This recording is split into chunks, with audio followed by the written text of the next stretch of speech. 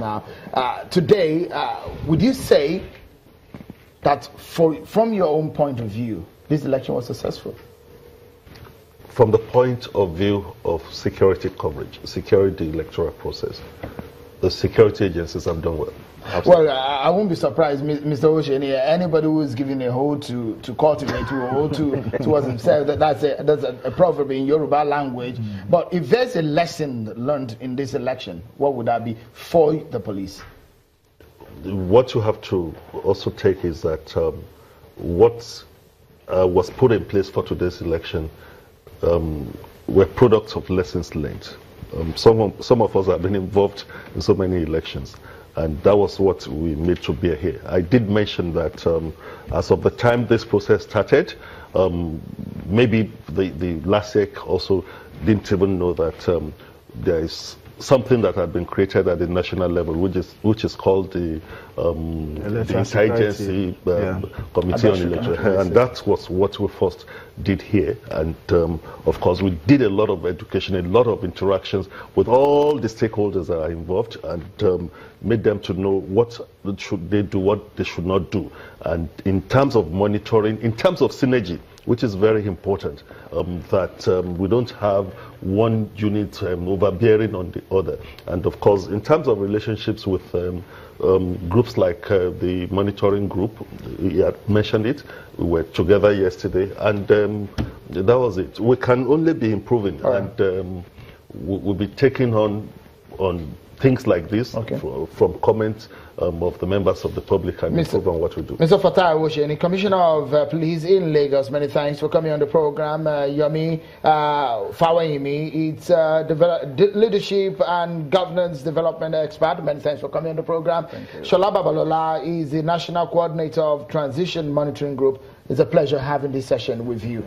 We're not done just yet. We will switch at the table and we'll bring another panel on the program. We still have about some few minutes still yet on the program dissecting the local council election in Lagos. Stay with us. We'll be right back.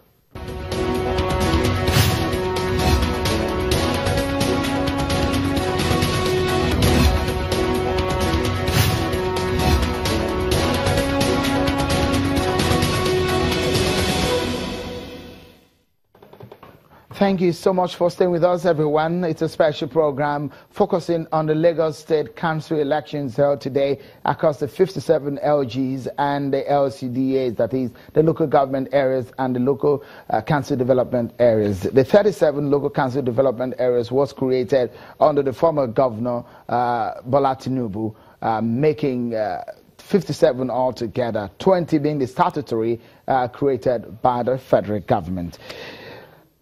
My panel has changed since the last break, and I have joining me now Mr. Ken Okolibo. He's a former commissioner in Delta State who resides in Lagos, a political analyst. He joins us on the program to analyze this issue. Mr. Dayo Israel is a motivational speaker, and also he did aspire to be a local government chairman in Lagos, and a former local government chairman in Amuwo Odofin, Mr. Ayodele Adewale. Many thanks, gentlemen, for coming on the program. Thank you. Also joining us from our Abuja studio is Samson Itodo, is a rights activist. Thanks so much, gentlemen, for coming on the program. Let's get this conversation started, and let's take it from here, from the Lagos studio, on a scale of the political angle to all of this. Mr. Okolibo, are you impressed by today's conduct of this election? Well, it depends on the perspective you're going to look at it from. One, the voters' turnout was very low. And basically, this election is supposed to be the election that is closest to the people. For example, I was saying earlier today, somebody sent me a tweet on my Twitter handle. At Kenny Okuluban was like, our names are not on the register, people are not coming out here, people are not coming out here. And I was laughing, and I was telling somebody that, do you know local government elections, we're actually having local government elections, and people didn't even know that the local government elections were going on, if not for the restriction of movement. So first of all, I don't think I'll give LISEC a thumbs up in terms of voters' education. They didn't carry out enough voters' education for people to know that the elections were going to go on. And again, the inter-party rivalry, more like the internal democracy that refused to go on in the ruling party in the state, And because of the problems between the main opposition, Sheriff and McAfee, it robbed the PDP the chance of being a viral opposition to this local government election. But more importantly, like I listened to the program before I left, one of your guests said, it's always been one-way traffic for local government elections. Local government elections have always been one-way traffic for any party that is in position in terms of rulership of the state. And it's quite discouraging. I think the bottom line is, if the APC government in Lagos had allowed a lot of internal democracy to take place, more of the people would have come out. Because even though I'm not of the APC, the governor has done quite well, and so they should have also done a lot of better politicking in terms of internal democracy, because a lot of disenchantment also would have added to the voter apathy that we saw today. You mentioned something about what happened in the PDP. It wasn't quite clear, because there are reports also when Chief Bodejo said that people from the PDP should go and align with Labour Party members, or should line up behind Labour Party for this election. It looks so much that the national body of the party did not quite agree with that. If you notice, the members of the House of Reps, Musu, Oji, Ogene, those ones are basically the ones representing Lagos State, clearly said that Bode George's people who were in Labour were those that lost out in the primaries, that they were of McAfee stuff. And remember what you just showed. You showed Justice Ayotunde Phillips. She said she had taken judicial notice of McAfee becoming the chairman of the party. So if Sherry's people had submitted the list of your candidates, it becomes null and void. So that issue of saying that people should go vote for Labour Party was quite wrong. It was something that should not have happened, and people didn't take it into... Do you think PDP would have even had a chance in this election, even if, I mean, all things being equal, if nothing, no legal tussle happened in the party? To be very honest, the chances would have been very, very slight. Because you see, what happened in this election was more of the... it was more of ambody. Are you getting? It wasn't more of, they were not looking at individuals.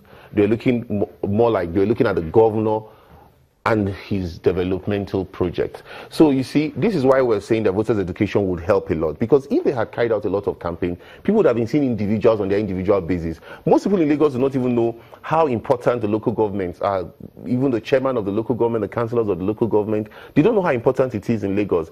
They just see somebody as a father figure. And because of, well, not to deny the fact that a lot has happened since he's become governor for the last 2 years, that figure would have encapsulated members of the APC in going to this election. So the PDP wouldn't have done too well. I wouldn't lie to you. Let me, Dayo Israel, you lost out as a chairman in a process that a lot of people felt still aggrieved in the APC in Lagos State.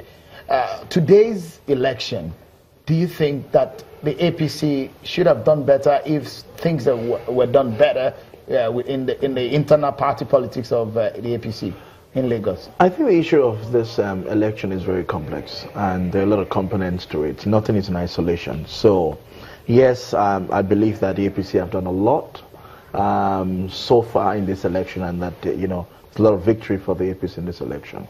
But the beauty of democracy and what strengthens us a lot is competition.